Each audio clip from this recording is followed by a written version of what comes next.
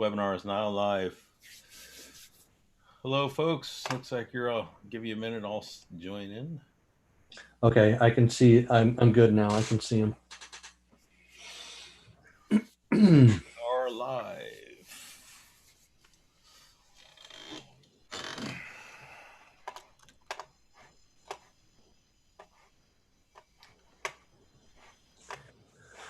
Cool. Let me open up this channel to all panelists. Are we recording yet or not? We are recording. We are live. Welcome.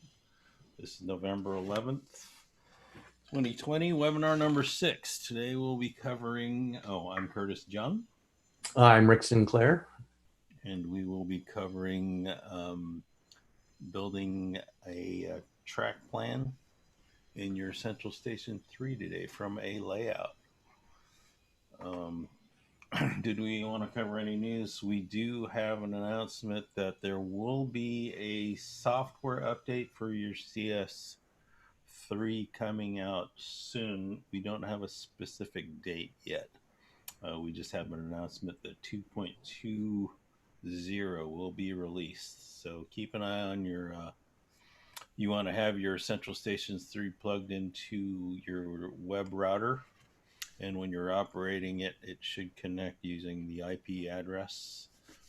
And you'll see a red dot up in the upper left corner of your Central Station 3. And I will show you quickly here. Share screen. All right. If you see a red dot right in the corner of the system icon right here, where that blue one, sorry, it clicked off. You also see maybe a red dot here on this system button. Yeah. As well as a red dot here on the CS3. Where the green check mark is now. You'll see one here and you'll see a red dot here. Let me see if I can annotate. So just to make sure you see, you'll see a red dot here. You got, this will be a red dot. And an icon will pop up over here, which starts the, it kind of looks like this. Poor drawing skills using a mouse. Probably looks something like that. And that indicates that's going to start your update process. As soon as that's completed, you most likely may see a subsystem update, which means there will be a red dot here on the TFP3, I believe, usually. You also want to be sure you install that as well. Generally works if you guys have boosters or your systems. If you don't, you might not see that update icon. Okay. Still not clear.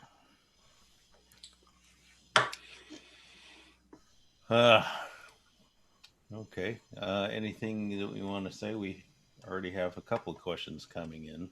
Yeah. What features will the new CS3 software? We're not sure. There's just some minor changes. All we got was an email through the grapevine of the upcoming update and what it does. It was all in German. We translated it. I haven't had a chance to read it yet. I only translated it with Google Translate. So I haven't actually read it yet. It doesn't look like anything super major, but a lot of more convenience things from what I've seen. All right, just answering a question here.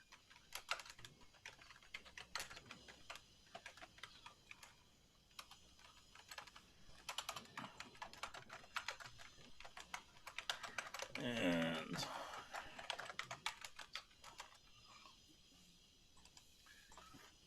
okay, talk louder. Great. Let me move my microphone closer. It has been shifted. I didn't know how quiet it was. Is that any better? You are louder, yes. Okay, good. Turn my computer down now. Make one more mic adjustment here. Sometimes I get it bumped with my arms and I have to move it out of the way. Okay, so should we get going on topic then? Yes. Yeah, I don't know that we have really anything. Anything. We're good. Okay. All right. Will it be accompanied with an explanation of the changes? There is. We can. I guess we can email. Well, I don't know if we can Well, we email. can probably talk about it a little bit. There is going to be some bug fixes. I don't know if they're necessarily bug fixes to some of the macros. They've modified the braking module for the event macros. So basically, there's going to be some event improvements. I think they made some improvements to the MFX procedures for registering locomotives or re-registering locomotives. The details are vague for us, partially because they're detailed instructions translated from German text. So, um, not that accurate. I think there's an explanation on some of the sheets that we have of what the iconography is. I think Rick said we thought maybe there were some new icons, but we didn't see any offhand at the first glance. Yeah, I don't know if they're new. I know there's still all the old ones. I don't know. The only reason I don't know if they're new is because I don't know how long they've been in there. I don't, go and look at all the icons, but I've definitely seen a lot of them before. But they gave an explanation of what they are, all the icons. So um, that's going to be handy in itself. I know they did expand some of them, but like I said, I don't know how long they've been expanded. But one way or another, there is an explanation of what they are now. Yeah, we kind of have a rough translation based on the German text. That's all we have as far as explanations go. Usually, when there's a system update, we may or may not. I don't recall really seeing a lot of update notes, partially because they're just sometimes it's just a lot to go through. Um, but yeah, if you're interested, we do have a rough translation. Contact us maybe in the email when the update occurs, and we can send you out a copy of that. Um, yeah, I think that's pretty much And it. make sure this is actually was what the update is before we send out the document. Yeah, we don't really just want to send out documents unless requested, but let's wait for the update to occur. They just gave us a heads up that one's going to be available soon. We didn't see a release date. And I think I mistakenly was going to guess that it was going to occur on the 15th, but double checking the email again, I didn't actually see a date. So, all right. So let's kind of get into laying out track boards. So I'm going to kind of run through some little finer points of actually building up a track plan. As of, I think, was it the last update we had? They added the feature of having a control board, and that's sort of your traditional looking control board. And we'll get to that shortly because there are sort of some some little things that you have to be aware of, especially if you're using it with uh, events and contact tracks. So, anyways, let's kind of go into it. The first thing, obviously, you're going to need to have a track plan is hopefully you have a track plan in mind or you have something drawn out. And I am going to be using as a demonstration a track plan that I pulled out of the 2008 issue number 5 Marklin Insider magazine. And let me show you what that looks like. Share screen. That's this one here. So this is your track plan, or this is the track plan. We have an elevated section, and this was actually, I believe it was titled an ideal starter layout. And again, this was in 2008. What we have here is he has a yard. We have a shuttle line, which kind of goes up to this top with a bridge and a tunnel section. And various signal lights. There is bidirectional traffic. There's especially in this yard. So this is the layout we're going to be referencing. And I'm still not sure how I want to actually display both on the screen, but we'll kind of work through that as we come along to it. What you're going to need in order to, before you start all this, obviously, is you're going to ideally have all your turnouts and your signals in your system. And I could probably, let me show that. So this is our blank slate. So let me show you. So this is the CS3 that we'll be using for demo. You probably want to have all your turnouts. You want to have your signals. And I know there's mixed signals here. I'm just kind of adding variety. So don't send hate mail to me. I just did it for variety.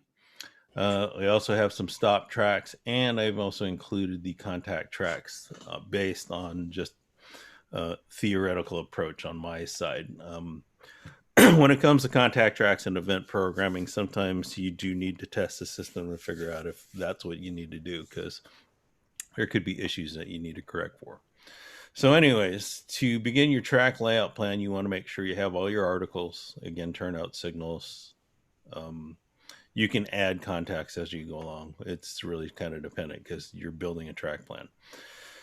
So the first thing then we want to do is we will, by the way, these turnouts are all active turnouts. In other words, they would be controlled by either some sort of decoder, whether it's an installed decoder or an M83 turnout decoder.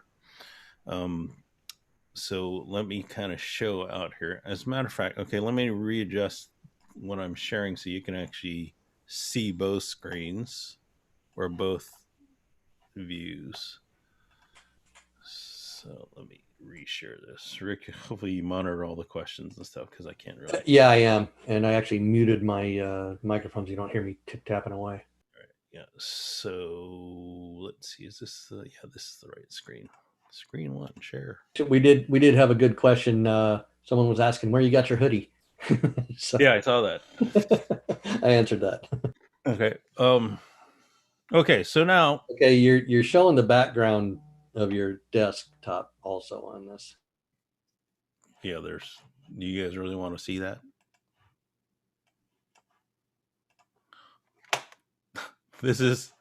This for you guys who are curious was a joke that we played on our local dealer. This was about a week or two after they gave us a position as Marklin Digital Consultants. So we dressed up as the two wise guys, and there you have it. There's that backstory. So back to the presentation.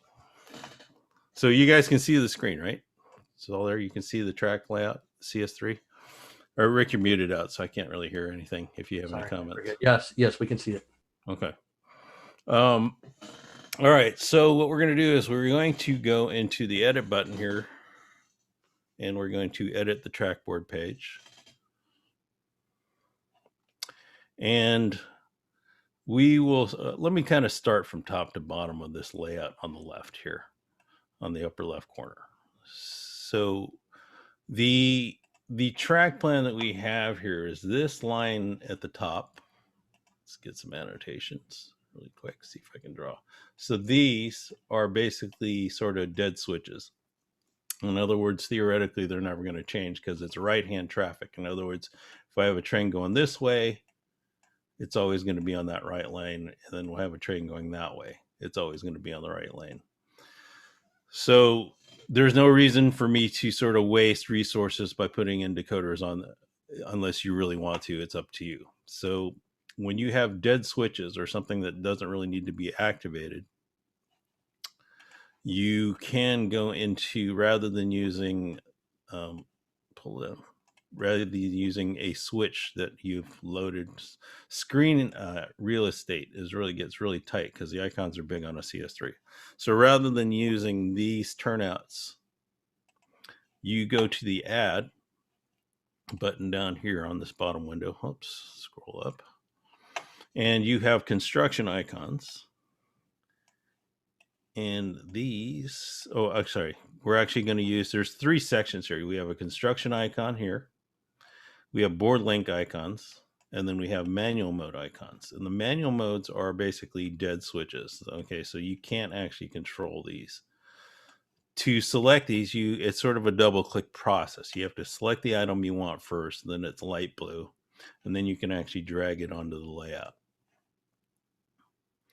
Okay, so you can see at the top left, I need a right turnout and a left turnout. So I'm going to pull these out. Whoops, again, it's a double click process. You see how it's blue? It still kind of selects. You go to light blue and you can drag it onto the icon. So you notice here where it says grid on and off, that one there, the grid actually locks everything into a horizontal or vertical grid. And right now it's locked into where these plus marks are and back. In the settings dialog, you can actually drop the, you can actually adjust how many sort of, let's call them pixels, or that's actually what they are, how far apart you want that grid spacing to be. I won't get into that right now because we're just going to build the layout. You click on any object and you're going to probably see, you'll see a few things. You're going to see connection spots, and that's what these black sort of T marks, half L marks, or whatever. And you're going to see the rotation icon. When you click on that, it goes Curtis, blue. mention about a mouse for this. Oh, yes, this is definitely true. Trying to access these points is very difficult to do with your finger. So highly recommend that you get some sort of a USB connected mouse, whether it's wireless or not, because it will really help when you're trying to make these adjustments. See, clicking on that kind of blocks half of that. And sometimes if you're in the wrong spot and you need to click this lower one, it won't activate. So you want to get a mouse so that you have sort of finer control. The other recommendation that I always kind of tell people is that, when you're using this rotation icon, let's select it again, you think you could just move around the circle, and it gets kind of taxing sometimes when you're trying to be precise, because like turnouts are on 24-degree angles, right? And then maybe you're trying to adjust it. So I kind of make this little tip, and this is personal, it's up to you guys, but if you switch your mouse all the way up there, you're basically increasing the radius, so you have a finer control, so you can go degree by degree. The only problem is when you get up to the top of the screen, you see I'm beyond it, it just kind of goes away because the mouse doesn't reach that high. So you do have limitations where you are. So hopefully that makes sense. But usually that's a trick I use to sort of be more OCD and get my angles correct. To make track connections, you need to select the item, and then you want to click on the connection spot till it turns blue. And that was the CS3 did not actually reboot. That's actually the software on the PC. So we'll start this over, add those two items. Right. Double clicking thing always throws me off a little bit. Let's get this out of the way. I'm taxing my computer here. All right, so let's go up here. I'm going to reorient this. 270. Oops. Okay, so what you want to do is you click on the item, click on the connection point, and you can drag it and create a track. And you can see how there's a blue outline spot. Ooh, and if you hold it too long, it actually creates a track route. So that's actually a new feature, because I saw it happen once before. It was kind of weird. Just like, why did that pop up? Not exactly sure what the procedure is for it, but you can see it created this track routing. That's this construction icon here. It's a track routing. And what that does is it kind of helps you fix lines if they're off. But I want to quickly get rid of that because I want to show you how you make connection points. If you click on this, you're going to see one of these other connection points are going to have a blue circle around it. And that's going to help you figure out which one it's going to snap to, because these will automatically connect to the other track. Okay, have you seen that? So once again, I'll do it this way. I don't want to wait too long because it might give me that tricon, but you see how it shifts, right? That's how you connect it. So this is a great point here, because now you can see how it shifts out of whack. And we don't really want that to look that way because we want it to be more parallel. I'm going to pull this apart And then let's see if we can actually create that track icon feature, because again, that was new. I've never sort of new for me and haven't seen it before.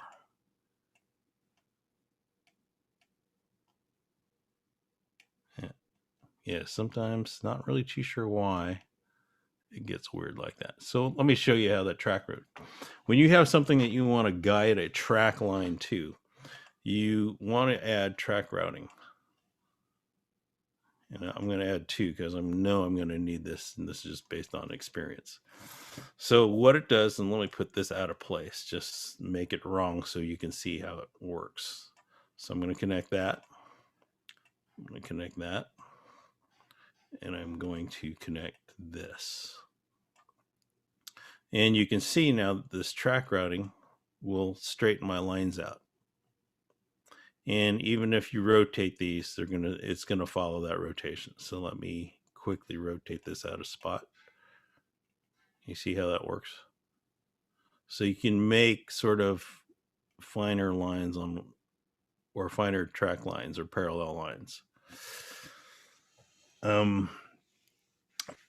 Next, let's kind of move on from there. Now, that is when you're adding items. Now, obviously, you can see this takes up a lot of screen, so we want to hide that.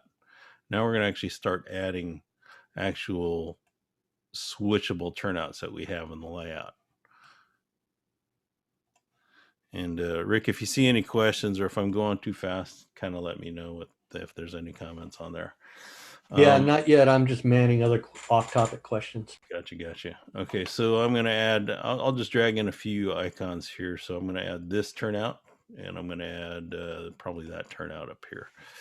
So let's, still in edit mode. This won't really select, but I can just drag it onto the layout. That's W1 that I'm bringing in, and I'm going to drag in W6 here. Okay. So let's move the screen, and I want to hide this because this does kind of get in my way when I want to see what I'm building stuff. So as you're building, you're going to rotate stuff around. Let's rotate this up 90 degrees, close to 90 degrees. You'll see it go between 360 and 0 every once in a while because it's the same degree marker. All right. And we're gonna do some cheats here too. So let's connect this really quick. And this is going to be ugly at first. And, it's just like, take your time with this, you're going to see that, there might be some fun things to do. So this essentially is how you would connect these. You make routings. Now, there are some added features here. You can see on the layout on the left that we actually have all these light gray areas. There's basically a tunnel section. And this is kind of a new feature that they threw in recently, or we just discovered. So we're going to go back to our add menu down here. Just kind of giving you shortcuts, guys. I used to see this where it was just the bridge, your desk under bridge, your desk bridge, and your track routes, and the desk tunnel. I found that they have these new icons here that, or at least I didn't recognize them before. There was a tunnel icon. And I said, well, let's this do. So I'll pull this out here. And before we kind of go further, you can see I'm already I can compress this, but I'm running out of space already. In your trackboard, we actually have icons here. And if I scroll back a little bit, I can get a little more space. And hopefully this will work, because I do notice that when I run through the PC, it sometimes doesn't want to actually activate. But if I click on these icons here on the left, I can actually expand my board. And yeah, I had this problem with this bottom one, didn't want to move it. So I'm going to move it on the mouse. I'm going to move it actually on the CS3 screen. So technical difficulties are really just between the PC and the CS3 itself. So let's kind of show what this does here. So now I'm going to rotate this. And obviously, because I have one end of a tunnel, I need the other end of a tunnel. So I'll add the other one up here. Whoops. Again, it's this double click issue that I'm still getting used to. All right, we're going to rotate this around. I guess it doesn't really have to be too precise. Now, this tunnel comes before this turnout. Let me shift this thing down a little bit more just to give you a highlight. And I'm going to actually change this track line to go into this end of the tunnel. And I'm changing that one and put that at the end of my turnout. And I'll make an adjustment to the layout. This is not actually connected, but you can kind of see on this right side that it's really close. And it's before the turnout. So let's connect this. And so what's really kind of cool about this, let me zoom out a little bit more, is that I have now, and I'm just going to connect these tracks just to show you. The tunnel icon actually tells you where your tunnels are. You have a dark line for tunneled sections, and you have the gray line for exposed section to track. So that's kind of a cool feature. Then you can see over here at the top left, again, I have a tunnel to a stub end, and that's going over a bridge. So let me create that. Track bumpers or endpoints are in the add point. I'll just put that over here and roughly rotate it. Okay. And now we're going to actually add bridge. So you can see here we have bridge sections and we have bridge piers. Just to quickly show you, the bridge section does not have any control points, and it basically will get lined up to the track. I don't think it's going to line up manually. Let's find out if it has an automated feature to it. No, you would have to rotate this around if you wanted to, but it's just strictly straight pieces of track. The bridge piers are really cool because what it does is, let's add one of these, and we'll add the other end of the bridge pier. And let's rotate this around so it's a point-to-point kind of thing. And we'll connect this to there. And you can see this is still tunnel section here, but that bridge pier isn't actually part of the tunnel. So what I need to do is I need to add a tunnel point there. Let's give it a quick angle here just to be illustrious. As I mumble to myself talking to you folks. Before I do this bridge part, actually let's do it now anyways. What's nice about the bridge part is that now it'll actually add your parallel lines and it will actually follow your track. So if you have a bridge section and you want to highlight that in your track plan, you can do that. And now here's what I wanted to illustrate here. When you have an angled point like this bumper and you have sort of this straight part here, you see there are two different angles. I think kind of how I noticed, and this also works in the track planning software that I use, which is the Marklin track planning software or WinTrack. What it will do generally is it's going to go straight from the starting point that you pull from and make the turn at the last minute. As opposed to, so if you have like a specific angle, like if it's like this, if I pull from here, it's generally going to go straight from here until it knows it needs to turn. So sometimes you want to sort of think about how you want to lay the track out, because I can actually go from the other end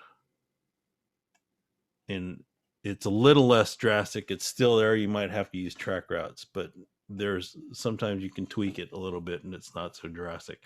It happens especially when you have turnouts that are really close to each other like this. The other thing to be aware of is that, again, we're on a grid system here, so everything gets locked into place. And let's build a station of the yard really quick if I can. So let's get rid of this. Oops. Let's just eliminate that. Let's delete this. Yes, delete that part of the track. What I want to do now is I actually want to add,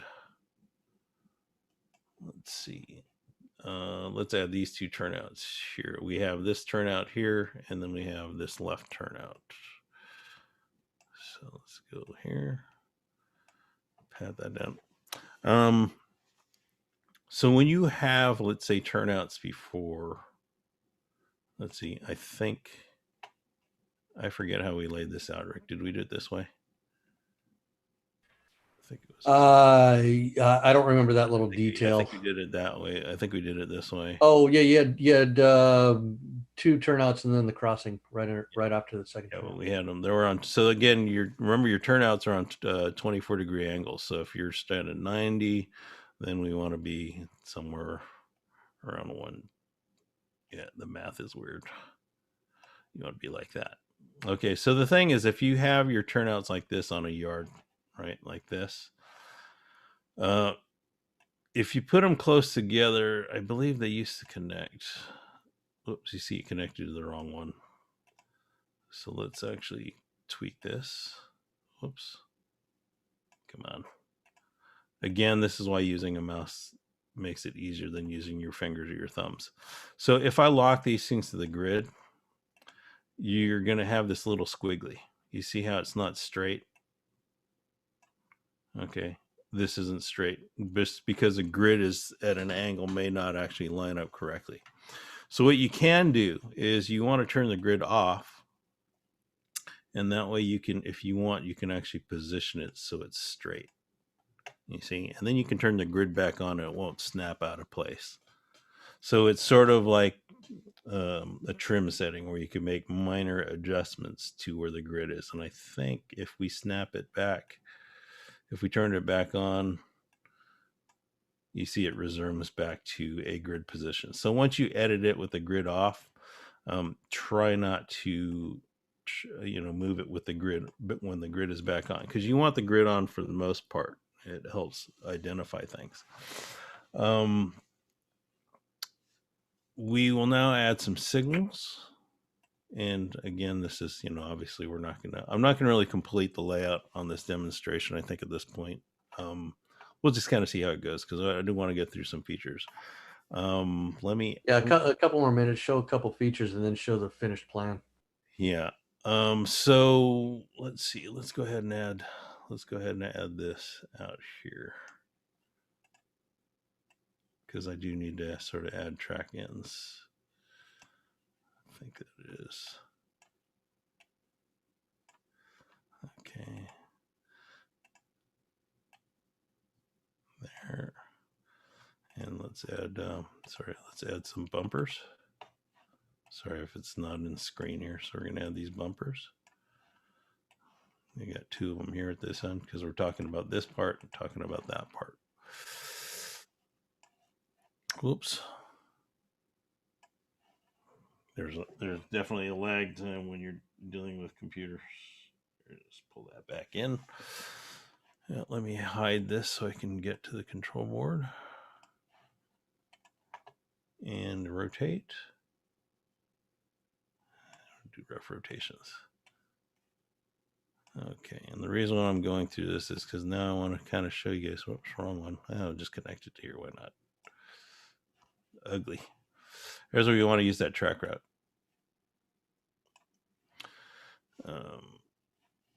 So what I'm getting at here is that now when we add signals, we're going to pull in this one here. This is a yard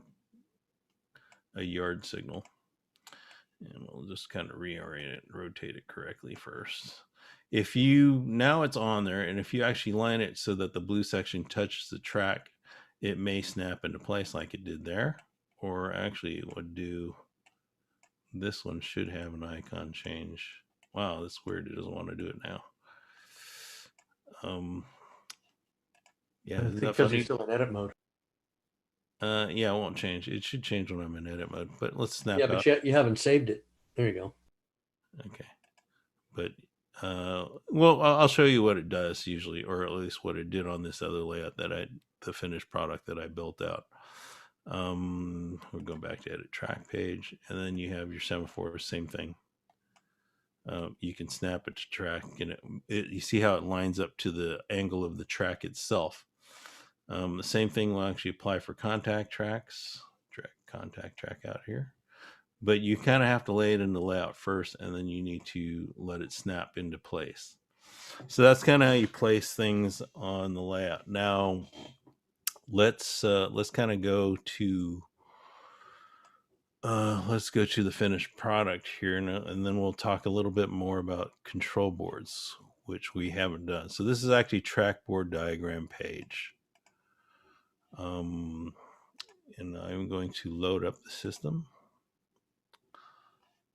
and restore. And I'll actually show you two sort of ways that it was done. So first of all, this is the track plan. So sorry, our pictures are in the way. I need to move the window around. So whenever you load a new page up, it's our restore point. It's going to load up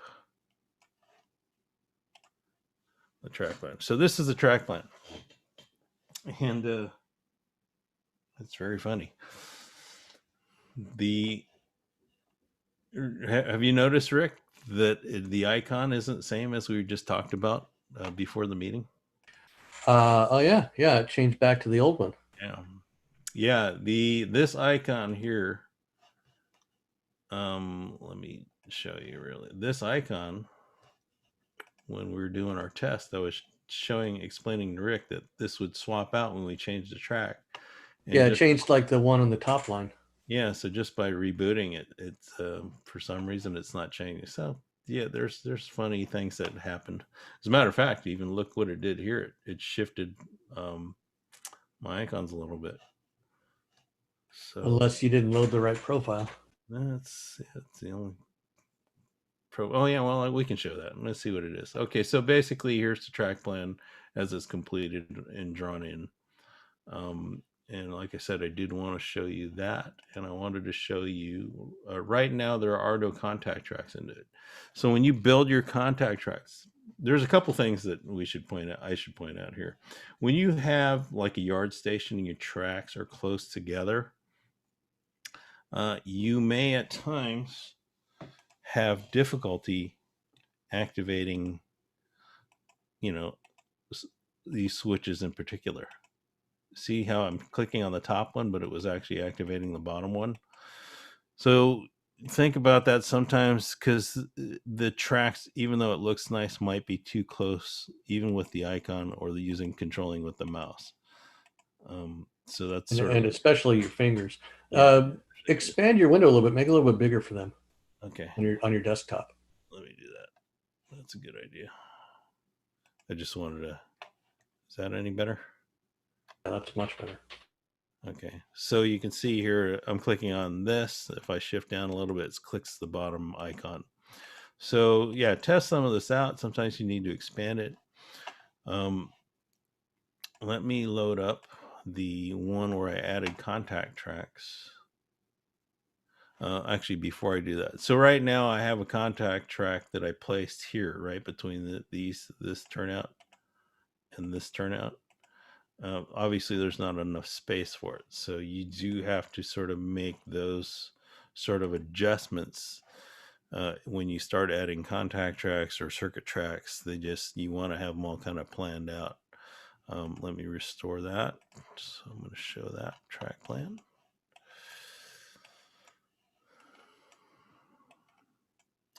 And that's the plan with sensors.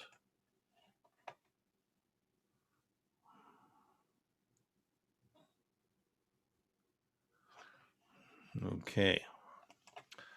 So yeah, did it again. It really kind of shifted all the icons. So this is the layout, and so this is kind of what I'm rambling on in the background with Rick. We're having alignment problems with the icon, this icon itself. When I clicked on it, it was either placing the icon right on the line, or I had to shift it off to the side, but it seems to have corrected for itself. So I think it might be a PC interface. I think I remember that when I did the layout for that gentleman. a bug when you're designing it on the PC. Yeah, it looked different on the screen than it did on the CS3. Yeah, and folks, to be honest with you, I actually designed this rather than just actually working directly on the CS3. I did the way I'm working with it now. I loaded up the software and I controlled and designed everything on the PC. So, there could be a bug with the PC software. But essentially, you can see how I've spaced things out because I needed a contact track here and a contact track here. And there's, yeah, so while we're here, this is kind of reminds me of something I want to show you guys. If you're building the track plan and you realized you didn't account for enough space,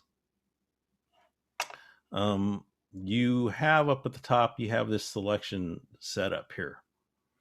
In previous versions of the software, we just kind of go, this is by default, we'll select one item at a time. As you can see, that's what I do here if I need to move things around.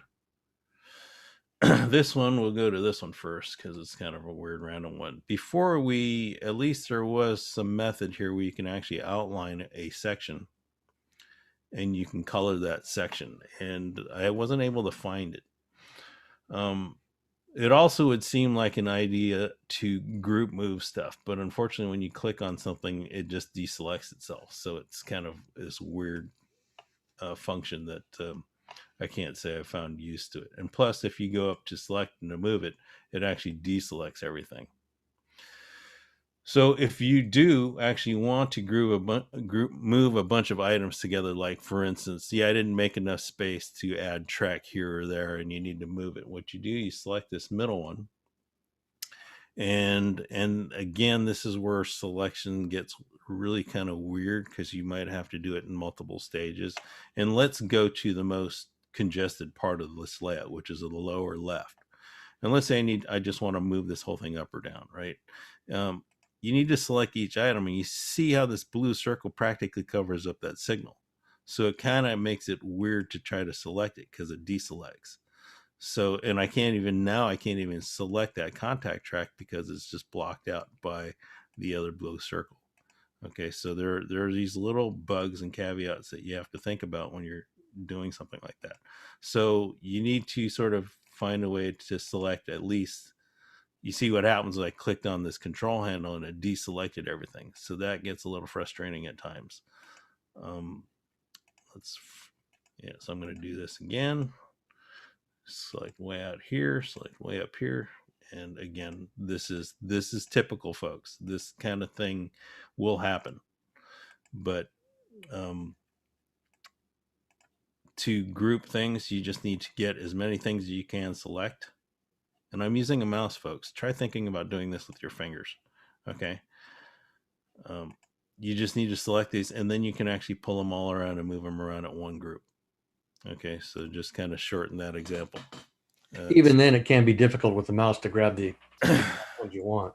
Yeah, initially it was a real bothersome trying to sort of just go between this connection. See, I clicked on the top connection point and it selected the bottom one. So you have to almost go on the fringes of where you want to select. Okay, so be forewarned. I give you guys a warning. Don't send me hate mail. I didn't write the program. Send it to me. I'll forward it to him. Yeah, thanks. What else? I think we kind of were talking about something else while we're doing this. There was something I wanted you to mention, but I don't remember what it is right now. Okay, and so right now we are covering sort of building this, by the way, folks, if you're not aware of, this is known as a TDCB section of track. I remember what it was. Show how to do another window for a section of track. Oh, okay. Section of the layout. Yeah. So let's all right, this could be kind of interesting. So I'm actually going to pull this selection point, and I'm going off the cuff here, folks, because we're going a little bit off script. Let's say I want to take this section, right? And I actually want to throw it on another section of track.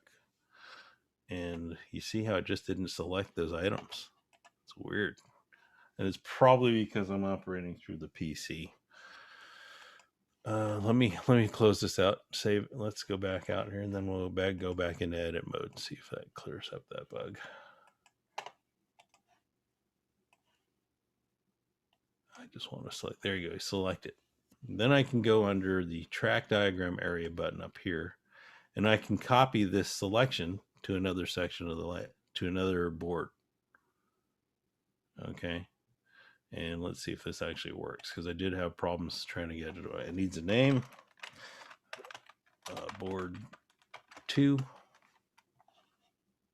I don't know exactly what that means. Okay, you see it copied it over. And let's move this around so you can actually see it. And it just created it. See how it just kind of created a whole new section, and it creates these number references. And these references basically identify this track, but it didn't do it cleanly anyway, so you can kind of see how it's kind of crossed over, because this tunnel portal would be, this tunnel portal here would be way down here like that. And that's how it should have lined up. But let's say, and these numbers basically reference these numbers on that board. So if you see these numbers and you can't figure out what they're for, it's just telling you that this item belongs on another track board. So be aware of it. We did find out that you can now change names of the track boards, because before, once it was set, you couldn't change it. So just click on the board. It'll allow you to change the name. The benefit of having multiple boards, especially for those with large layouts, is you don't want to build everything on one board. One, it kind of slows the system down. It makes it weird to make connection points.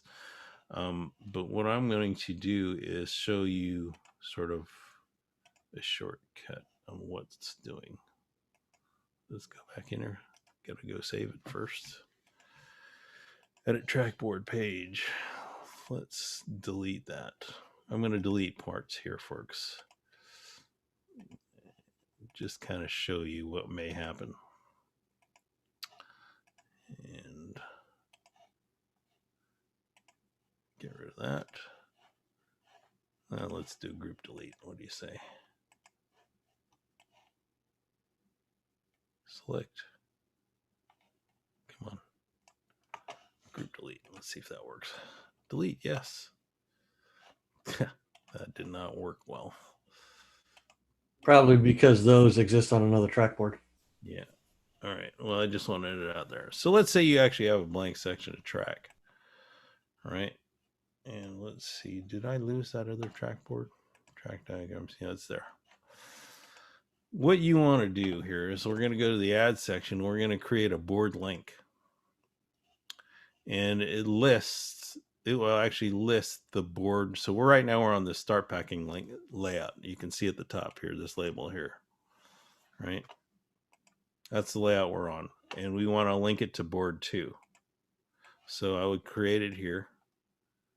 Okay. Hide that. And it actually gives me a track connection point. And I can connect that to the track that leads to board 2. So when you're actually operating the layout and you need to see what's on that section, you just click on the link and it'll take you right to board link 2. And going back into edit mode, you actually want to do the opposite here. So let's just say that this part here goes to that section of track. We're going to add a board link. And this time, since we're on board 2, gives me the link to the first track board. And I can drag that. I don't even have to connect it to anything if I don't want to. And get out of edit mode. And now I actually have links back and forth between 2 sections of track. So you're not building everything on one board. All right. So next, let's go over. or let's actually go back into the edit mode. Now, this again is a track diagram control board section. And let's say you want to have more of a traditional control desk. You can add a control desk. And right now, if I added one and I use the same board, it gets a little funky or a little awkward.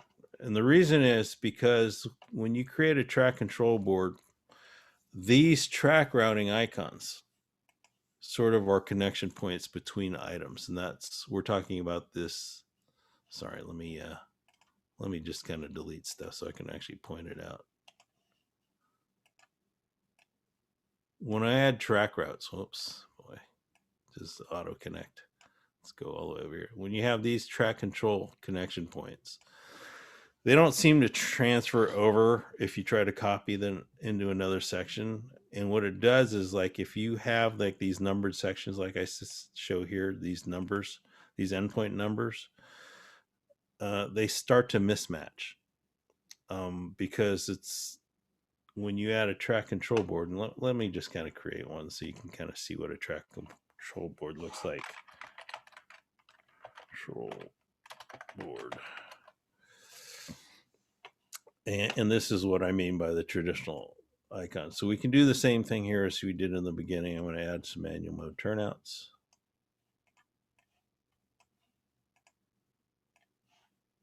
Okay, you can see what it looks like.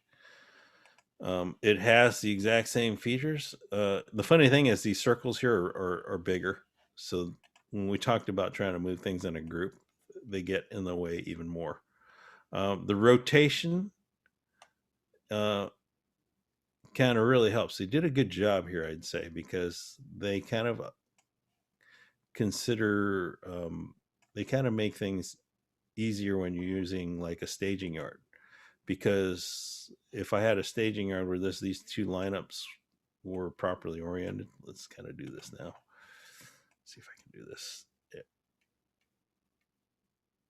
Yeah. Okay. Technically, when you have a staging yard on an actual layout, these would be two left-hand turnouts. But in the diagram, they're right-hand turnouts.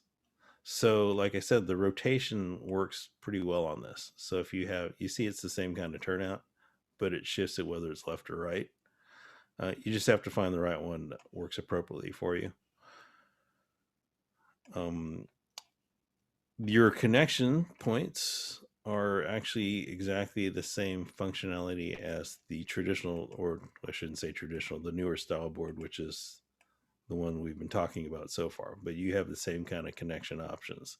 And this, again, you can see how it angles. This is where it sort of goes straight first and angles afterwards. Okay, because if I wanted to do something opposite like this here, oops, there you go. You see it wants to go straight first. And then it'll make the last minute turn. And then it may or may adjust itself. So, it's kind of like saying, listen, guys, it's a hobby. Have fun doing this rather than gripe about it. But it actually works out pretty well. Let me go to the finished product so that you can kind of see. I don't need to save any of this stuff. So we'll go to the finished product because then we can kind of talk about a few more extra things there.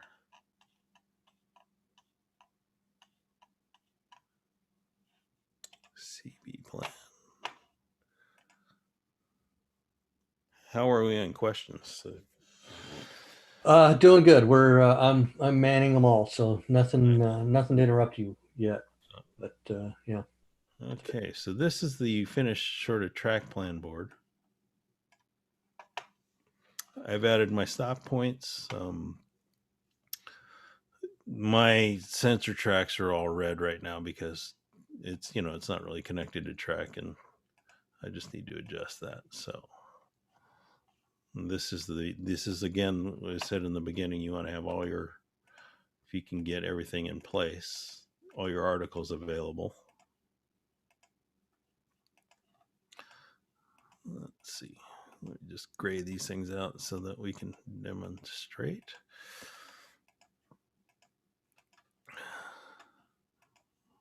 A lot of extra clicking. Yellow. All right. So this is a trackboard. This is the finished trackboard using the control board, more traditional effect. Oh, this is it. This is where we're talking about. You see these icons here on the left? So sorry. These are the signal icons, and this is where we were confused, or I was confused. This is what it looks like when you drag it on, and when you, oops, I double clicked, so it opened up the window bigger. It's when Windows itself wants to do its thing and doesn't really agree with what you want to do. If I take this icon and I actually touch it with the blue icon, it will snap into place and change the icon, which is kind of nice. It's traditional icon. However, the semaphores don't really work that way. And I've given you 3 samples. So here's the actual semaphore. If I put it into place, it snaps right into place. It doesn't change the icon. What if you take the grid off? You can't take the grid off on a control board. It's just set. Well, okay, you can take it off, but I don't think it's going to. See, it just still snaps in place because you have a built-in grid for a control board. Because they're all tiles. square-based, right? It's all square-based. So let's sort of go on. However, when you're out of mode, it will still activate the icon. And so this one I aligned up to the track. This one was sort of on a corner, so I let it sit. It has a little arrow. I think that arrow is the direction of control. And this one, just so it wasn't blocked on there, I moved off to the side. Mention briefly the problems going from a track diagram to the control board if you're trying to design both, so to say. Yeah, I kind of touched on that. It was a little rough. If you have a track diagram board, that's the first one that we did, and you try to copy and paste it over here, you're going to run into some issues. One is that it can be a jumbled mess because as I displayed here, and I will go into this, I think I can demonstrate it here. If I have this turnout, right? It's sort of like a weird literal translation. It thinks it's a certain turnout. It goes left or right, and it puts it at a certain angle. So you might actually get a jumble like this. Okay, what it is it's the track taking its endpoints and rotating it all around. It just doesn't know how it's going to connect. So then you'd have to go and you'd have to look at it and then try to rotate it so it's correct.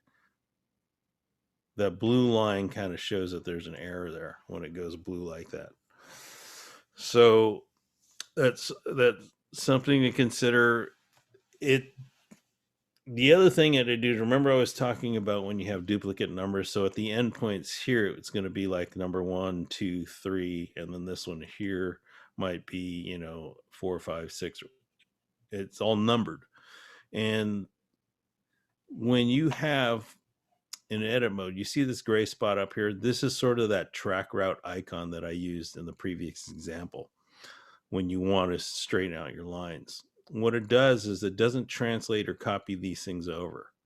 So let's say that this top section here this was labeled as number 3, and the top here, this connection point, was labeled as number 4.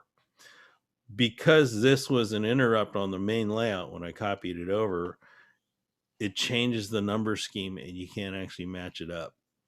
So it's a little frustrating. So right now, it's sort of like saying if you're going to build a track diagram, you kind of, to some degree, it's almost easier to just say you got to pick one or the other. You don't want to do both. That could just be temporary. Again, I was having trouble with it because it was just adding numbers and making the whole layout confusing. So sort of, it's a half recommendation. Choose one or the other. Go control desk or go to a track diagram control board. But they're both available, and you can actually do both, but there's just a little bit more editing work for you to do. You got to straighten some of that stuff out. And I think now the one other thing that I want to talk about is the sensors. On this layout, let's see if I can, whoops, I'm still selected. Sorry. Deselected that. Let me reconnect this. All right. So on the control board, I just want to pull this down. I have a contact sensor here, and I have a contact sensor on the other end of this line. I also have sort of the same thing here on these stub endpoints. So in other words, I have a contact sensor to let me know when I clear this turnout. And then I have a contact sensor here to let me know when the train reaches the end of the track. The same thing happens on this side. And then in between here, I actually have sort of that track route icon. And that's, again, if you guys forget what I'm talking about, that's when you have a routing alignment track like that. So when it's connected, it looks like this. Whoops. And just show that function, I can move it around. You see, it's one of those movable pieces. Now, the reason why I kind of have to point that out is because you run into this issue here. Let's get out of edit mode and in operational mode. No, well, let me go back in there so I can refresh memories. Again, I have a contact sensor on each end of this line. Same thing with here, right? But this one here has a control routing in the middle. So back to the track. If I have, let's see, we kind of talked about this before. One of these sensors on this line here is 11 and the other one is 13. And if I click on one, the whole line goes yellow. Okay. And the same thing from the other end. So if you're using this sort of as a visual reference to know what's going on your layout, it gets difficult because it's both giving me the same readings, right?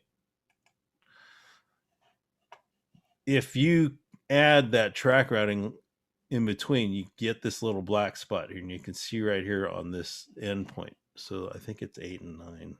Whoops. What was it, 9 and 10? There you go. There's 9. And that's 10. So you see right here, 10 will give me an indication of what clears, and 9 gives me an indication of what clears there.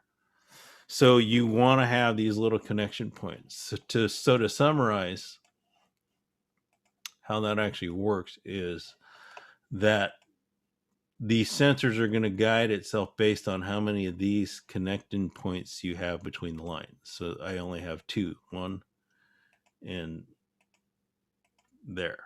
But this one here enables me to have connection points. There's one there and there's one on the other end. So that creates an interrupt with the sensor icons, or at least the sensory automation. So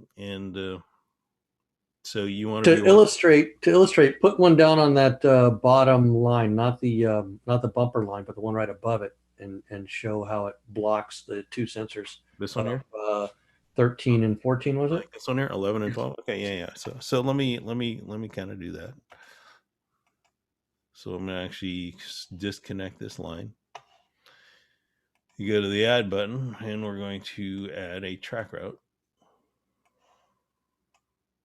Okay. And I will make my connection points again. And so let's see if this kind of works again, how I was kind of talking about. You see how it kind of wants to go.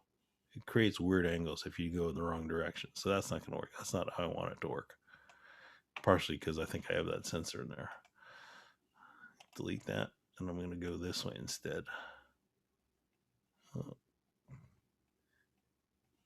Oh, that created its own. Sorry, I'm moving the contact point. Click this. Come on. There you go. Creates the line that I want. Now I can move my contact sensor back in. And now you can see when I click these two, that was 11 and 13. You see now it separates the two sensors so that they're not occupying the whole line.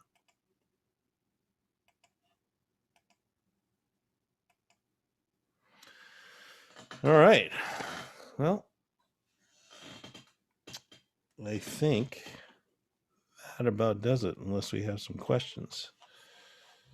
Been manning them and answering them. There's been a couple questions. Believe it or not, if we can hook a mouse to a CS3, and yes, it's just a USB mouse going into one of the white USB ports in the back of your CS3. It can be wireless or it can be wired, but it will plug into one of the white ports. The black port, so to say, the little tab in the port that's black is for charging a device. So I've never hooked up a mouse to that port. I don't know if it'll work. The black one.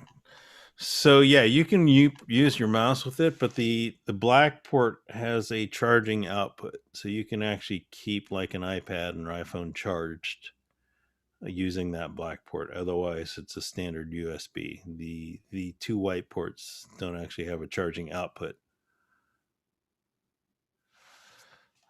All right. Okay.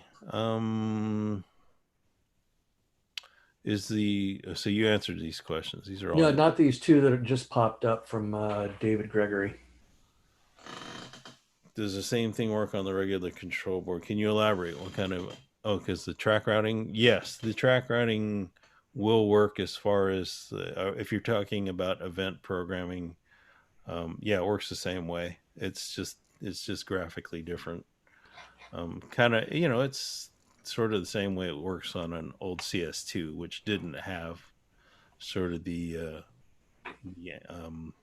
what do you It call didn't. It didn't have the track diagram. It just had like more of a control board. Yeah, it really just had a control board diagram.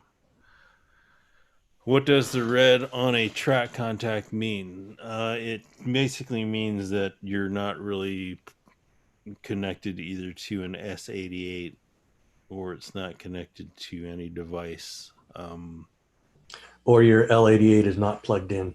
or your L80 is not plugged in. Sometimes you see it, but most of the time you don't. If you do see, let me share this screen again. I actually want to go to a smaller screen because it's a little big. Let me share this screen again. Share screen. This time I'll just share the output. You may see a couple things here. You see you see these numbered sections here, how they're gray, or W1, W2, W3 gray. You may actually see some areas that are not grayed out, and let's just add one really quickly so you can kind of see. I'll just add a turnout and I won't even label it. And that looks good. Yeah. Edit. So when you see it, it's all white like that. It just means it hasn't been added to a trackboard. But again, in these contacts, if you see them as red, it usually means that you're not getting any communication from this to the sensor itself. And it usually means like the S88 or the L88 is not connected or powered on. So yeah, just something you need to, it's troubleshooting that you need to go through. Can you import a track plan from the Marklin planning software? Unfortunately, no, that is not a feature. Just different developments. Well, not only that, each layout is custom. There's no way they could design. I mean, they can give you. Well, I shouldn't say they can. It could possibly be that there is a track plan you could import at some time in the future. There is not now. But then adding your own contact points or changing a signal or the custom stuff, every layout is custom. They wouldn't be able to plan something. That's probably why they don't do that. Well, yeah, it's basically the data that they file things in when you create an object like a turnout. Um, I think the file structure is completely different, especially because you're dealing with two different software formats, and you don't know what the developers programmed each in. Marklin uses Linux, and I'm sure that other program was not programmed in a Linux base. So technology's changed. WinTrack's been around for, I don't know, a couple decades now, or a decade at least. So yeah, it's not going to translate unless somebody builds some kind of, program to adapt one to the other. You're still sharing your screen. Oh, am I? You got a question? I was just reading a question. Could you illustrate how to move a yard or station to a separate trackboard again? Okay. Yeah. Let me do that. Let's. Where's my window? Sorry. Get to the right app. Let me load up the trackboard. I'm still not sharing yet, so I know. I'm just gonna get this thing ready to show.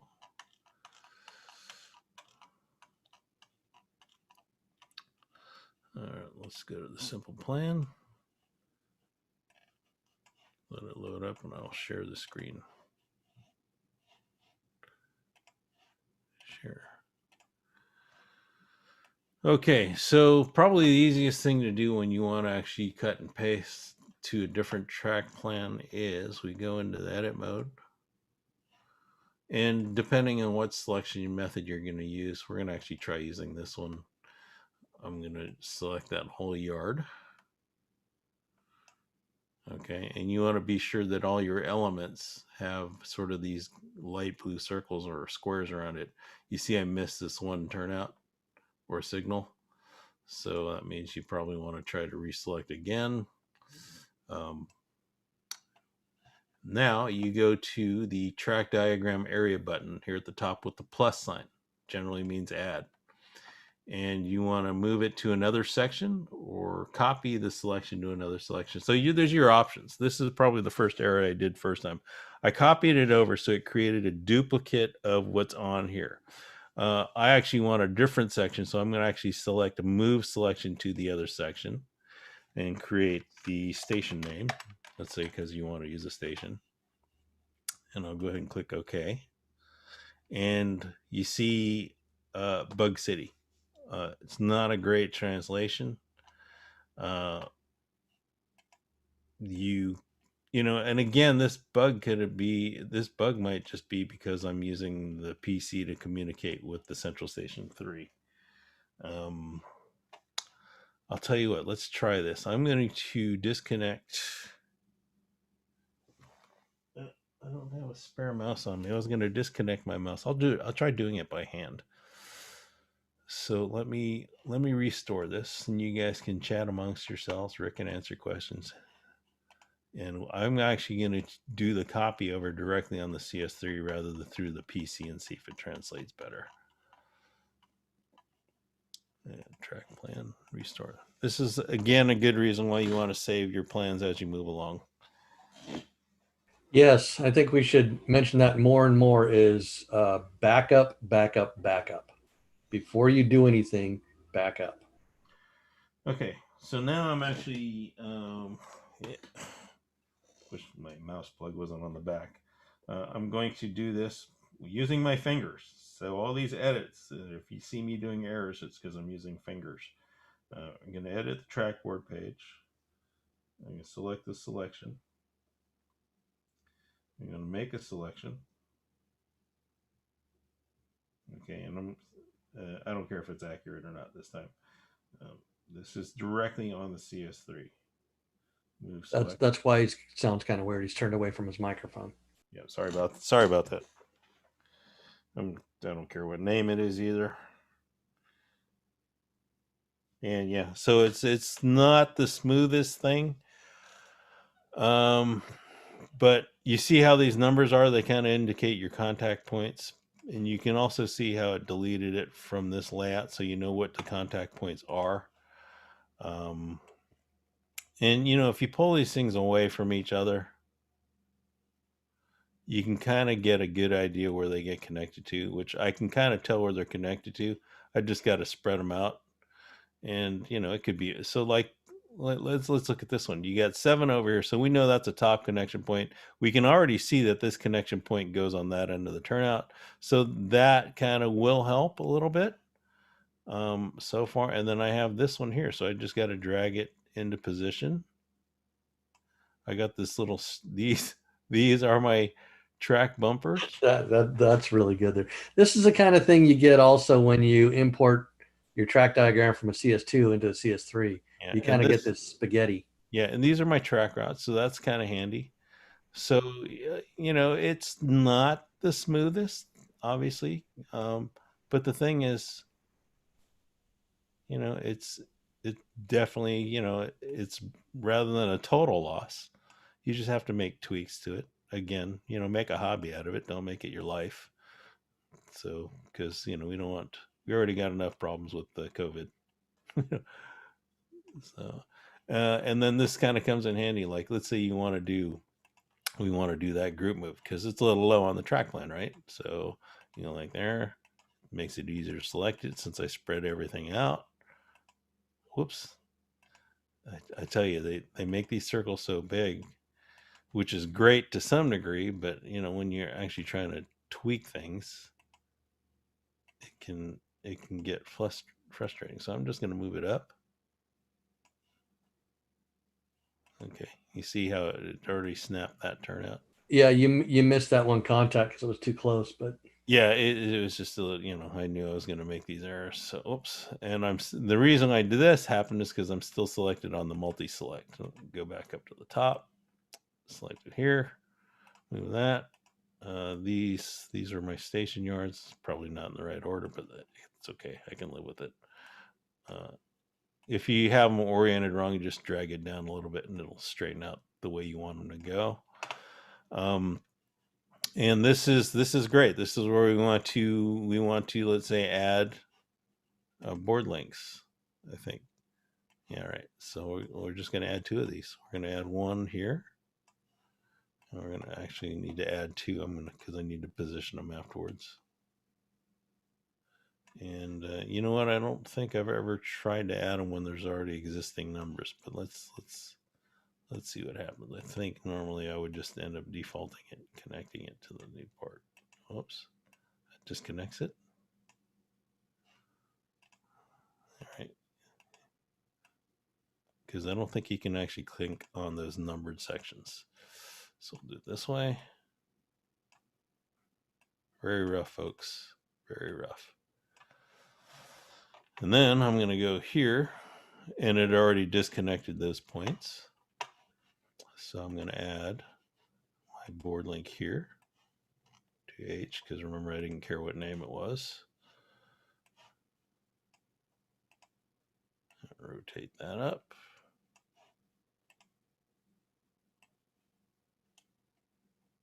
And now we'll just do this, connect there, connect there. Now, when you're running your layout, whoops, you can just easily go back and forth between boards. Okay, yeah, you know what? There is one more thing that I should show you guys how to do. You may at one point want to actually start having labels on your layout. So what you're going to do is you're going to look for, let's see if this is right. You want to look for this text icon. And you just kind of, come on, drag it on there. Why are you fighting me on this? All right, let's kind of go out here. Let's try it again. Edit trackboard.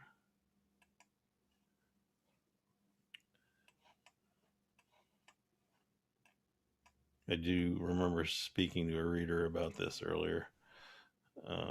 Is that it? No, that's not it. do you double click? Oh, there it is. They're all here. It's just really small. Sorry, guys. I didn't scroll out far enough. You gotta write a book down there. You got to do this. So the thing is, it's rotated weird. You got to rotate it. And when you want to change the label, you hold the mouse down on it and it pops up the text box. So you do have to hold the mouse down on it. We didn't know this at first, or we forgot, because it was like, well, how do you edit the text on it? Because everything says text. Yeah, we got a gentleman asking, how do you make the text bigger? I don't think you have a choice of the size. I think they kind of think you would expand your track diagram, because if you see when you expand it, you can get the label of the signals and the turnouts and whatnot. So that's Yes. how you would do it. Yeah, this is another reason why you don't want to have too many things on your layout, because if I get too small, you see the text disappears. But when you scroll in for details, your text will actually show out, and it will give you the numbers and the labels for your turnouts and your signals and signal lights, which is very handy, especially when you're doing event scripting, because you want to identify stuff. And just as a precursor for probably our next seminar, when we do event programming, you have two ways of entering events. That means adding it through here. And when you look at a grid like this, right? Unless you actually have a pre-written track plan, you're not going to know what W4 or W5 is on the layout unless you click every one. That's going to be tedious. But when you build out a track layout plan, you can just pull them in off the layout, and you don't even have to worry about labels. You just say, well, my train's coming here. I want it to go left. I want it to go right. Yeah, it makes it much easier to follow what you want it to do. Okay, and we do have Greg. David's asking back up to what? That's a basic. We do need to address that, since it is kind of an important question. That was the next one I was going to address. When you go to the shutdown button, and let's say this is the current state of my build, right? I built the layout and it's working fine. It's working great. You want to create a save file, and what you're doing is you're saving what's currently in operational memory, because the thing is, every time you restart your CS3, it's working off the last operational memory that you were using when you're running your CS3.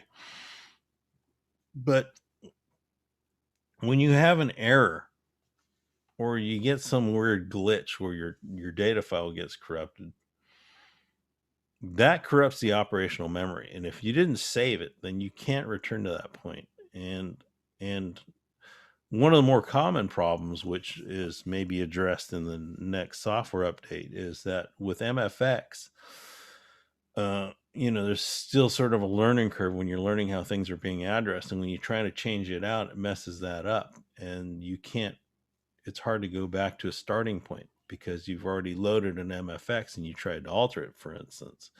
So you always want to create a save, which you can see up here at the label. The default label is a backup.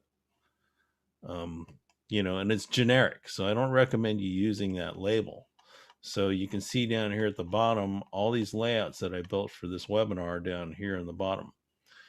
And you can, and I'm going to cancel this because I don't really need to save that. When you need a last working version, rather than clicking save data, you're actually click on the restore point. This is going to give you a warning saying it's going to replace the operational memory of your CS3 that you've been working on, and it's going to replace it with whatever that store file is. So you can see I've got a number of restore points because I have different files. Now you also have your factory default configuration, which I believe is a start config file. The start config is the way it came out of the box. Yeah, it's your factory default. And just for grins, I can, I'm going to load up, my layout here, and it replaces the operational memory that we're working on. And it's going to reboot itself. It's going to ask in German whether or not this is okay. And you can see, since I'm not connected to the layout, all my contacts are showing up red. You can see I have connection points around the layout. Now show how to do a save point. So when you are actually saving stuff, again, we'll do this again. You go under System, you click on Save, and you have an option. Everything that here you can see, it is on my CS3, and it's stored in a backup folder on my CS3. And usually I go under here, I click the top, and I change the name. Oops, let's back that up. Test. All right, and we'll actually save. Once I click OK, it's going to save that file. And it's sort of, you can't tell what's going on, but it saved that file. Now, when you're ready to restore that, you click on Restore, and you just look under this listing.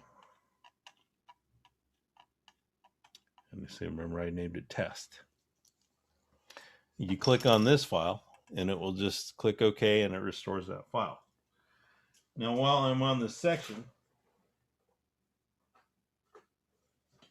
I'm going to load a thumb drive up here, and let me cancel this out because it may not actually register the USB stick. Click on Save.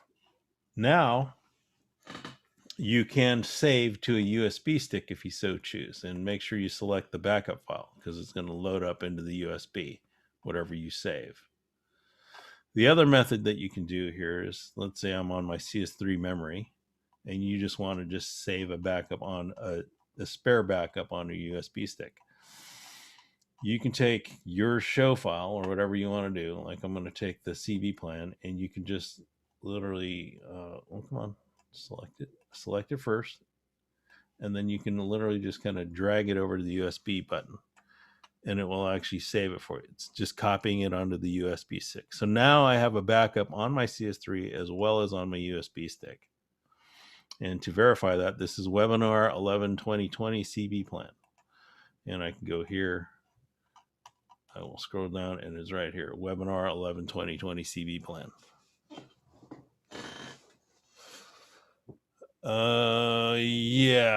Okay, so this is something new on the new update, and I'm not really sure. I've never tried this before. Apparently there's going to be a way. I think there might be an SD card memory backup plan coming up in the new update. Thanks, Sean. Thanks for mentioning that. I can't verify what you're saying because I've never actually tried to save to an SD card as it is now, but I do know it's written about in the software update. Okay. And that is, hopefully that answered the questions that we have there. Anything else that we can kind of cover? Let's see.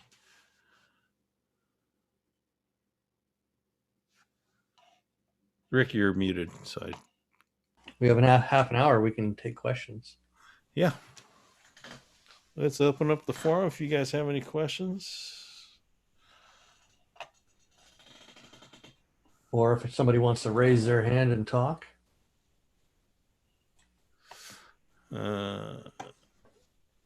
Let's see. We have a question. An M83 normally shows a stable red and green light. Mine just blink. How can I change that? Yeah, I answered that. You can change the icons for whatever you're trying to control, the M83 and M84. So if it's a turnout or whether it's a light or there's a bunch of icons you can change them to. That was a while ago. I think you need to catch up. Yeah. Yeah, you're doing a good job answering the question. It says, I have nothing to answer. Any indication for your next train show, maybe early 2021? Yeah, we really don't have any information on that. Yeah, we don't have a schedule or anything. Even for us, we have a EuroWest show over in California every July, but it's usually a year in planning. And because of the COVID, we haven't even been able to do that. So maybe at the last moment, I don't know how they're going to prep for that. Adding new engine icons to the CS3. Yeah, that interface is fairly easy through the computer. Unfortunately, we're not prepared for that. That would take that's a good topic we could cover at some point. But you have to have the right configuration of the file. Has to be a PNG 128 by 42, something like that, pixels. And there's actually a little bit of a editing software, so to say, in the computer interface that we're using. When you hook up your central station to your computer through the IP address, they actually made it very easy to add icons. So like I said, unfortunately, we weren't prepared for that to show you. So It'll Oh, take a also, while to set up. yeah. Well, yeah. I'm sorry, cutting you off, Rick. Also, that brings up because there was a note about that in the new update that's going to be coming up. Apparently, when you create an icon, unless you really know your software, you can create icons that have a huge file load. And apparently, I think Marklin has realized that some of the icon files were getting too large for the system. So I did read in the software that I think there might be a subroutine within the CS3 that optimizes the size so it doesn't bog down the system. Um, so just be aware, it kind of it's there. There's uh, again, unless you know how to edit photos and minimize the size, it can make a difference. Um, just kind of go to quick comment. Sean does mention the as we do backups either to USB or the CS3, it will also save to an SD card. So thanks for that. Good question from John. Is there anything to keep in mind when moving a layout from a mobile station to a CS3? Mobile station doesn't really have a layout track plan, so you're basically building everything, I think, from scratch, right? You can't transfer data over from a mobile station. There is no data to transfer over. The only data that's in there would be locomotives. Well, So that's yeah, it wouldn't transfer over when you plug it into a central station. because it creates it as a slave. It's automatically slave. Oh, well, as they don't call it a slave. Even we even got a tech note to not. They're changing the name from master to slave to a What what was was it? it? I'd have to look it up. There's a server kind of thing. So basically, the controlling device is automatically the central station 3. So when you connect a mobile station to it, it basically doesn't even look at the mobile station memory. So you because the mobile station takes its memory, operational memory, directly from the CS3. So you lose that. You want to actually have that transference, so you have to build it. Uh, what are the topics for December? And are we doing? We should be doing one in November. So we were originally going to start up with doing events, basic events this month, but then I realized we hadn't actually talked about building a layout because building a track plan first before doing events just makes building events so much easier and faster. So that's why we kind of interrupted that. Chances are we're going to do basic events November, and I think we might be doing advanced in December, or at least hit some advanced topics because it can kind of get heady and overwhelming for many users. Um, or it's just like we always welcome questions, whether or not we answer them live, but we might find an inspiring topic to do a live webinar with. Let's see. Why can't we have a better track plan on the main station app? Um, Well, or what controller are you using? The main station app was mainly for the Central Station 2, where with the Central Station 3, you connect through a IP address. So there's really no need to use the main station app for the Central Station 3. In fact, it didn't really translate over that well from a Central Station 3. So, yeah, it did not. And you know what? I'm wondering maybe I should do a live demo on how to connect using the IP number. What do you think? yeah, that'd be a good. Well, we got Yeah, 25 minutes. we'll do it now. I'm just going to Do it. disconnect everything. So let's kind of go here. Let me go to the browser. Close that. Don't need to see that. They don't need to see that. All right. So what we're going to do is I'm just going to open up my browser default. So what you want to do first is you got to have your CS3 connected to your web router. You want to double check in the CS3 settings under the IP tab that all your fields for your IP numbers are filled out. And you would know this automatically if you've ever done an update on the CS3. And we can cover that once again. So, but all you need to do is I'm going to open up. Well, I said I was going to share this, so I should share the screen, shouldn't I? Let's do this. Let's share.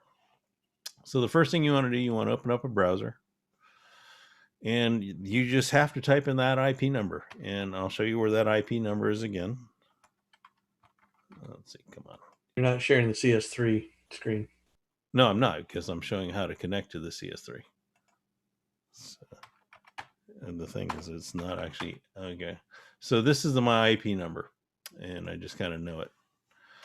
You guys should be seeing my web browser, right? So, yes. Okay, so this is the first thing you're going to see. And because I've already done this, you won't see the OKs. Basically, you're going to see two buttons here, which are license agreements. You click on one, it's going to open another one. You need to scroll all the way to the bottom of the screen. And you have two methods. You have the control button here on the right, and you have the method over here, build Sherm server under the system. The control button, if you click on that, and I'll just go ahead and click on that first. And give it a moment because it's actually connecting to the CS3, or hopefully it's connecting. There we go. It's loading up. Okay. And this is an operational screen. Basically, you can operate anything on your CS3 using these screens. Okay, so power up. I have control. Whoops, I'm on stop mode. So close that out. What you will not have here, so let me find if I can find a turnout here that I can switch. Yeah, this is just kind of kludgy. Okay, so you have control of your screen here, and you're controlling the layout. What you will not get is you really don't have full access to all your edit features. So even though I can edit the track plan, I can't edit or add articles. So this is when you use that control button. That's this button here. If you actually want to do editing on your controller, then you want to use the server, in which case you'll get this screen. If you've never done this before, you need to click on this Real VNC Viewer button, and that takes you here, and you need to download the VNC Viewer. All right. Once I have the VNC Viewer, and I have the VNC Viewer here, I'm going to actually open mine up. That's over here. And this screen here will be blank. You won't have this. You need to first start the CS3 screen server, and until it goes red and it says stop, then you can basically hide this window because you don't need it again. That enables this, and now I can click on this. Or if you didn't click on it, you would add the number up here, the same IP number, 192.168.1.55. And there you have it. You have actually control of the layout. And this is editable from your PC. Yeah, this is completely editable. So now you see I have full. This is a direct communication with your CS3. You can edit stuff. You can save. You can do basically everything on this as you would actually operating the CS3 itself. Yes, these are free. Beware that when you do go, unless you click that Real VNC link from the browser, let's go back here.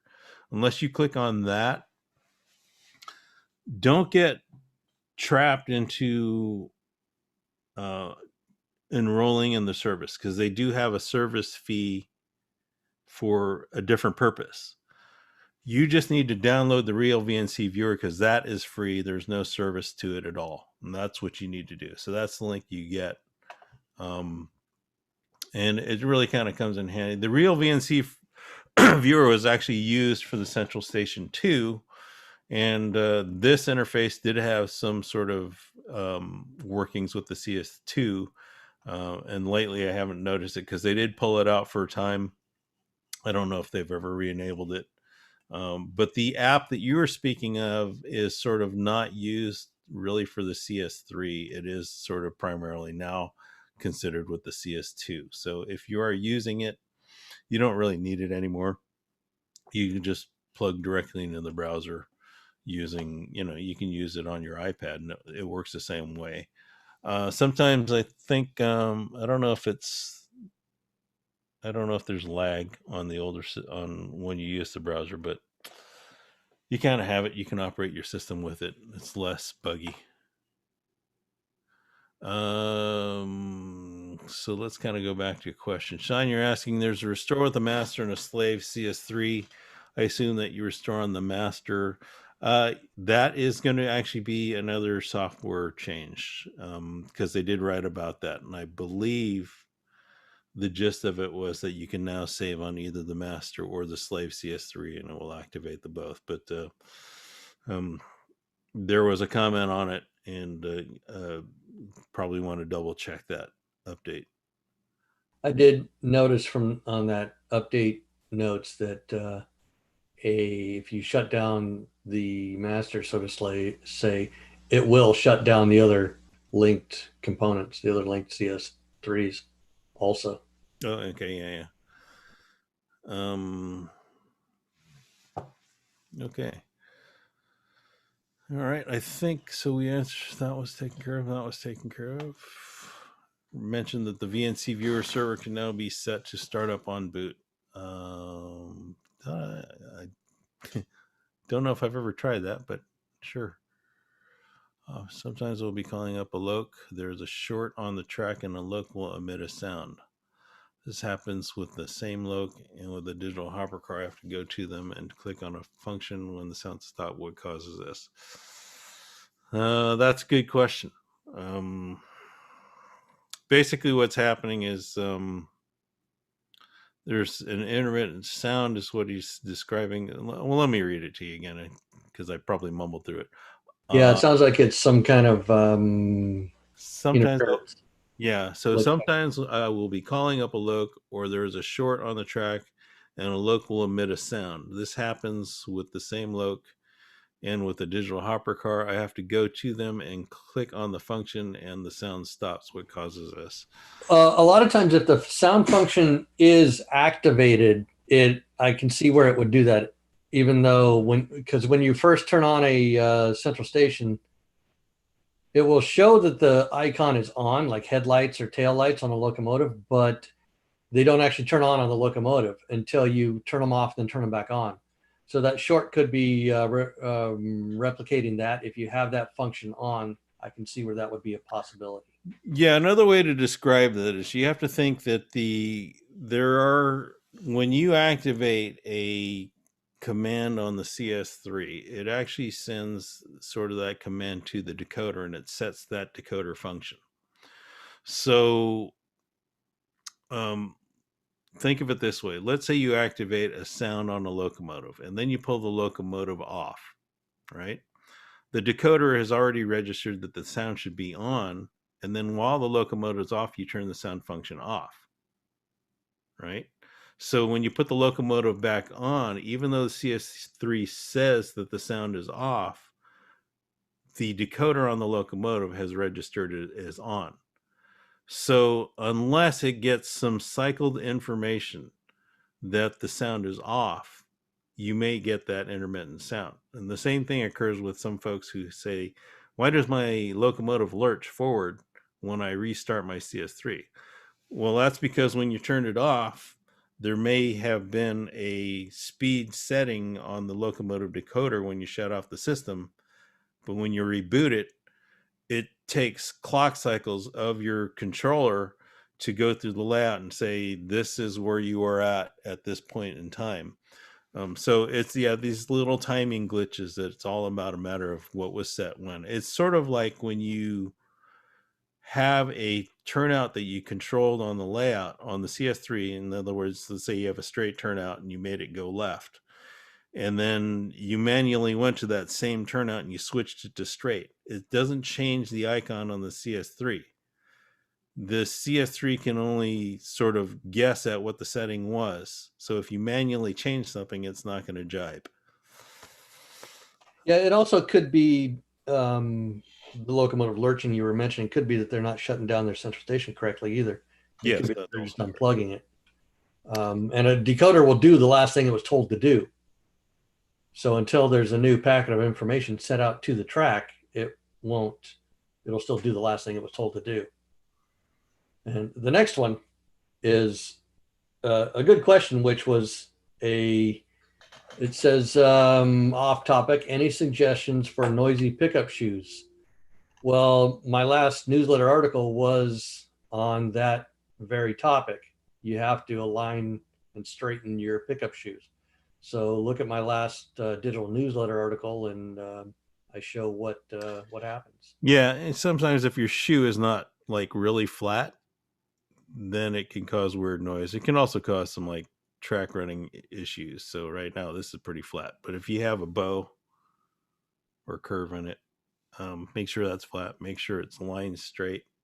I actually had a locomotive that, because now they use these little clip-on sliders. I had a locomotive that wasn't registering. Turned out the slider was actually popped off a little bit. So something to think about.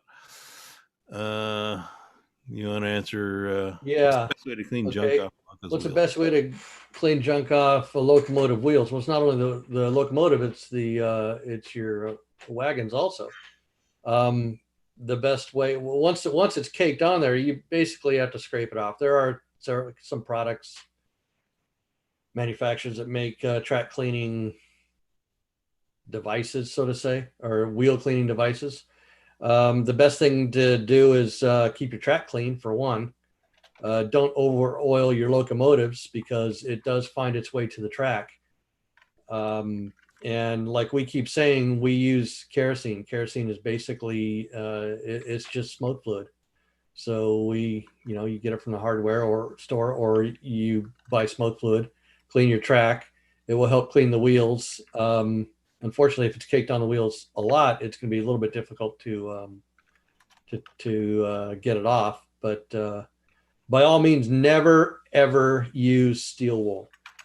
I just got a locomotive in for repair where a gentleman used steel wool to clean the track because he said the engine was stalling. I ended up having to completely disassemble the locomotive to clean all the steel wool out, all the little particles, because you got to remember that your locomotive is a rolling magnet. It will pick up all those particles. And it made the locomotive run even worse. And it was, I really didn't know if I could get all the particles out, but I literally had to take every piece out of that locomotive and clean it.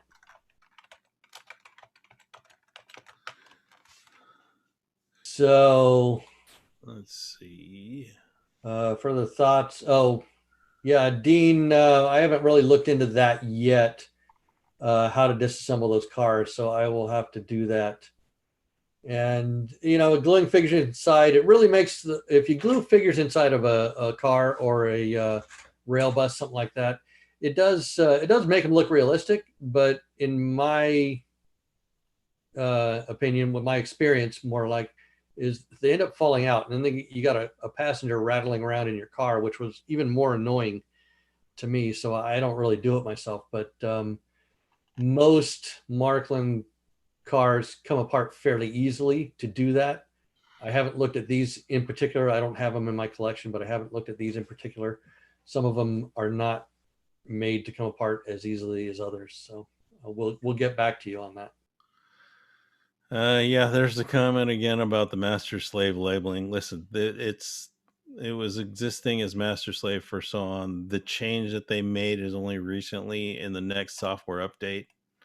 Um, so whatever, Jim, you're reading on the architecture, that might have been before the change. So we can't answer to that. So let's see. Some It seems that some of the more modern loco skip spots on the track, suggesting that the spot on the track is dirty, but older locomotives skim through the spots without problem. Is there a solution? Well, yes, there kind of is. There is. Marklin does have a buffer circuit now that can be installed in some locomotives. Um, That works it, very well if there's room for it. Yeah, if you have room for it. Basically, what it does is it's a capacitor circuit, which is sort of like a temporary battery that just maintains sort of a balanced level of power to the locomotive that will carry it through. However, depending on what your layout is, like my layout, for instance, I do have a locomotive which, funny enough, They built in a buffer for it, but it runs through one of my contact tracks, which is supposed to stop the train. So, and it's a short contact section, but it's just they have something that will do that.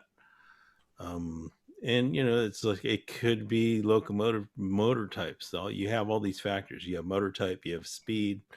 They all sort of react to sort of dropouts in power, track power, and those dropouts are dirty track, dirty wheels. We like There's to joke around. also, yeah, there's also, I've seen it where the wrong type of oil has been used, and I have literally had to take out all the wheels, take the wheels off, take out the axles, clean them, and put them back in. Also, I've seen it where the slider just needs to be replaced because the copper or brass contacts that go to the shoe just weren't contacting very well. So those are two things to look at also. I mean, not like you're going to pull the wheels out of a locomotive. I don't really recommend that unless you're experienced on doing that. But I have seen it done. I have seen it happen, I should say. Oh, and by the way, the new term for master slave, the master or the first device is now uniformly the main device. The slave or second device is now uniformly the expansion device. So, or auxiliary device. Was that the translation that you did, or was Yes, that actually that directly is from in that? the. I don't know if we can translate because it was whatever they labeled that. Let's see if we can access that. It's in the notes in the change log, whatever. Well, I'm just wondering if it was translated from what they labeled it as opposed to what they actually labeled it as. You see what I'm saying? We haven't done the update yet, so Yeah, I'd have to access the file, but yeah, not too sure. Let's see if I can pull it up. I wanted to see what it was written in German. Mail. Any other? so main device, expansion device, or auxiliary device is drive. Let me load it up here. I have it here. See if I can find it really quickly.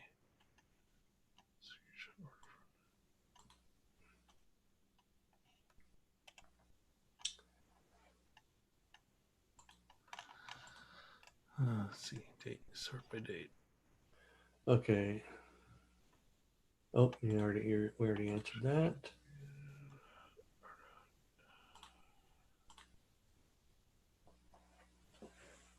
Here you go. Dean is asking if we would use / recommend Woodland Scenics track cleaning products. We are friends with Woodland Scenics, but we have not used their products. It's kind of the thing where you kind of figure out something you like and you stick with it. I do not recommend alcohol because alcohol will, so to say, get the track too clean. It will make it less conductive. You need, in my opinion, a little bit of, from lack of a better word, some kind of dirt in impurities. How's that?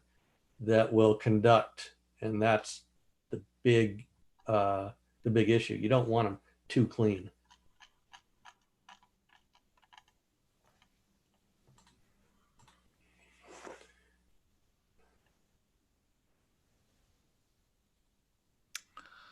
Go ahead.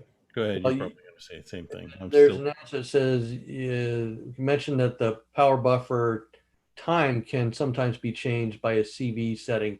Yes, I have seen that. I haven't played with it, but if the decoder knows it has a buffer, I believe you can change that buffer time, which would probably help with your rail car, Curtis.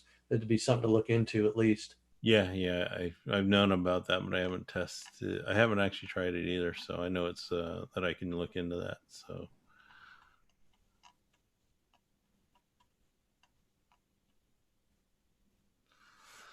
According to the new terminology, Lincoln's Emancipation Proclamation in 1863 ended expansion devices.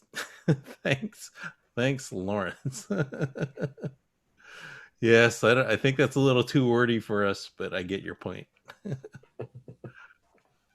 Thanks for the history lesson. I don't understand John's question here. I don't know if there's a typo in it.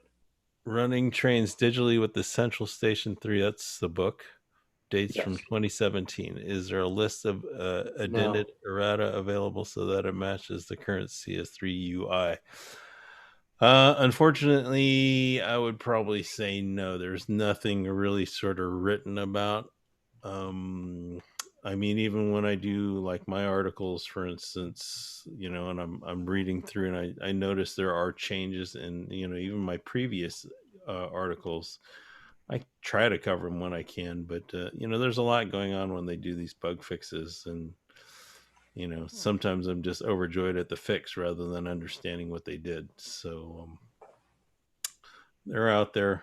It's good to experience. What's nice, they do have. Let's see on the update. I'm just kind of glancing over some more of the updates. They did have some of those options where you had to scroll up and down to go to page options. They're now going to actually put them on two columns, so that especially in the events where you can see event uh, extras rather than having to go move up and down. Um, yeah, I can't really notice what they fixed the expansion device labeling to. So, all right, let's see. Got a diagram here.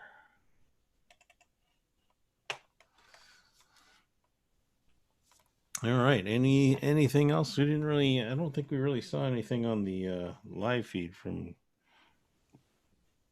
YouTube, did we? No, I've been watching it and there hasn't been a whole lot. Okay. Anything else? Thanks for the information. Yeah, we got like 5 minutes if anyone wants to raise their hand and talk or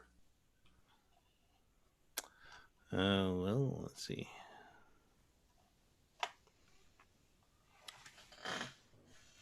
Yeah. So mentioned he's learning a lot about Trackboard, Sean. Yeah, some of this is actually figured out in the last couple of days that they changed out, especially the bridge and the tunnel function was a pleasant surprise. It kind of made things easier when building out the layouts. Um, yeah, there are definitely some tweaks that might be bothersome or need workarounds, but Marklin's done a pretty good job of addressing certain things. So I appreciate it on this end for sure.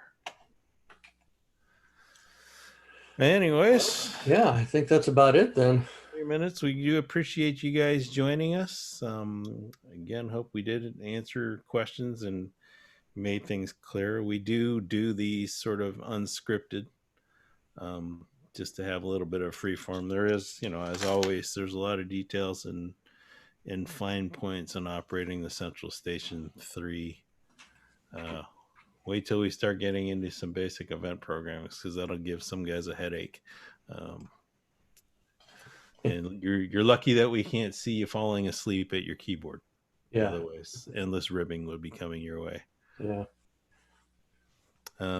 Anyways, hope you guys stay safe, or you are safe. I know there's a lot of craziness going on in the world. People are getting stir crazy, but we try to help you out, keep that hobby running.